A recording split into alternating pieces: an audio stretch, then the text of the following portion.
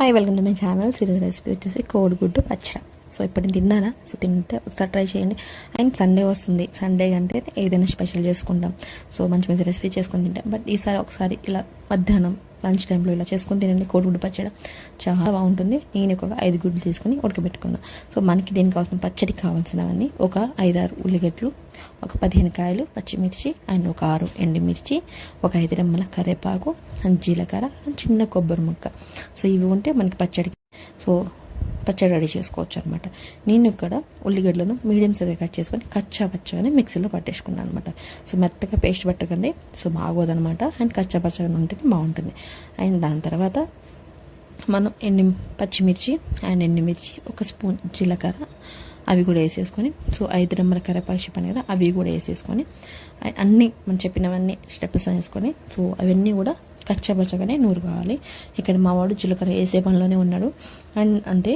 So ఇవన్నీ కచ్చపచ్చ పెట్టుకుంటేనే బాగుంటుంది. సో ఈ పచ్చళ్ళు ఒక 3-4 డేస్ అయినా బాగుంటుంది. అండ్ నిలవ కూడా ఉంటుంది అనమాట.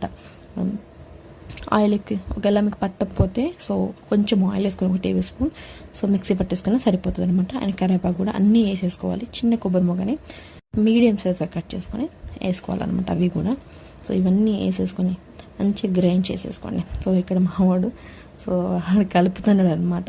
సో ఫస్ట్ ఇది అండ్ ఇక్కడ కచ్చాపచ్చగా నూరుకున్నాం. సో ఒక్కసారి పట్టినా సో ఇంత కొంచెం కచ్చాపచ్చగా ఒక 2-3 కాయలు అక్కడక్కడే మిగిలిపోయినాయి. సో అవి కూడా ఒక 2 సార్లు పట్టేసుకోండి. నాకు పచ్చడి అనేది రెడీ అయ్యిందనమాట.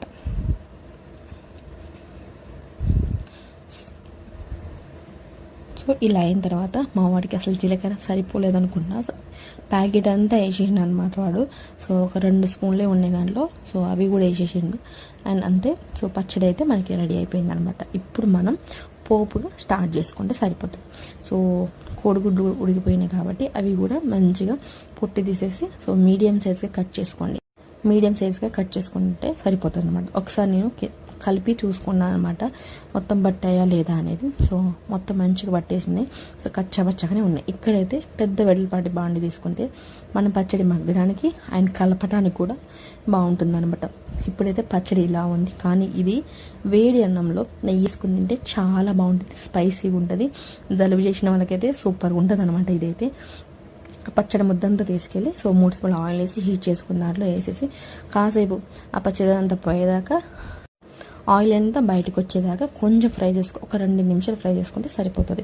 అండ్ అది ఫ్రై అయ్యేలోపు మనకు 2 మీడియం సైజ్ టమాటాలని కట్ చేసుకొని అవి కూడా టమాటా పేస్ట్ అనేది పట్టేసుకొని పక్కన పెట్టేసుకొని, సో టమాటా ఆప్షనల్. సో వేసినా ఒకటే వేయపోయినా ఒకటే. కొంచెం గ్రేవీ స్పైసీనెస్ కొంచెం తగ్గిస్తుంది కాబట్టి పిల్లలు కూడా తింటారు కాబట్టి వేసేస్తుంది.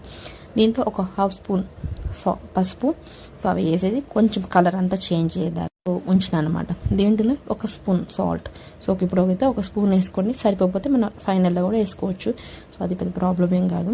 సో పసుపు అంతా వేసిన తర్వాత అది కూడా కొంచెం మగ్గినాక సో మన గుడ్లన్నీ యాడ్ చేసుకోవాలన్నమాట. సో అల్ప కట్ చేసుకొని అండ్ వేరిన పనుండా చూసుకోవచ్చు. చపాతీ, రైస్, పుల్కా దేని మీదకైనా బాగుంటుంది. అండ్ జీరా రైస్ మీద ఇంకా బాగుంటుంది.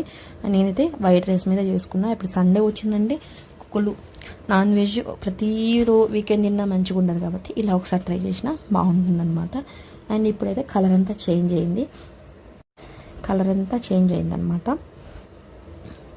సో కొంచెం టైం పడుతుంది. నాకంతా పచ్చడి అవ్వడానికి 15 మినిట్స్ టైం పడుతుంది అనమాట.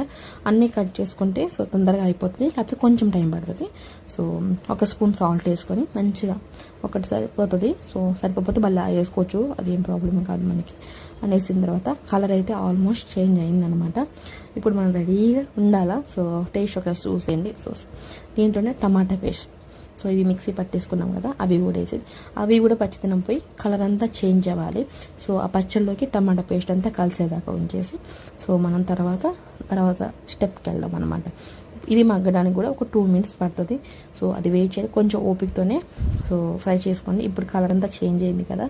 సో దీంట్లోనే 1 టేబుల్ స్పూన్ అల్లం వెల్లుల్లి పేస్ట్, సో కొంచెం గరం మసాలా 1 టీ స్పూన్, అంటే ఎగ్ వేస్తున్నాం కదా కొంచెం నీస్ స్మెల్ అనేది ఉంటుంది కాబట్టి ఆ ఫ్లేవర్ సెట్ అవ్వడానికి ఒక అల్లం పేస్ట్ సో 1 స్పూన్, అల్లం వెల్లుల్లి పేస్ట్ 1 స్పూన్, కొంచెం గరం మసాలా. సో ఓవర్గా ఏం అవసరం లేదు, కొంచెం ఉంటే 1/2 స్పూన్ వేసుకున్నా సో సరిపోతుంది అనమాట.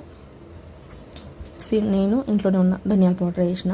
సో గరం మసాలా హోల్ గరం మసాలా అన్నీ వేసుకుంటే బాగానే ఉంటుంది. బట్ ఉట్టి ధనియాల పౌడర్ని వేసిన అనమాట. సో అవి వేసిన తర్వాత ఇక మనకు కావాల్సిన కోడిగుడ్డు పచ్చడికి గుడ్లు అనమాట. అవి కూడా వేసినాయి. ఒక గుడ్డు అయితే మా వాడు తినేసిండు. సో 4 గుడ్లనే వేసిన అనమాట. ఇవన్నీ చిన్నగా పీసెస్ కట్ చేసుకున్నా.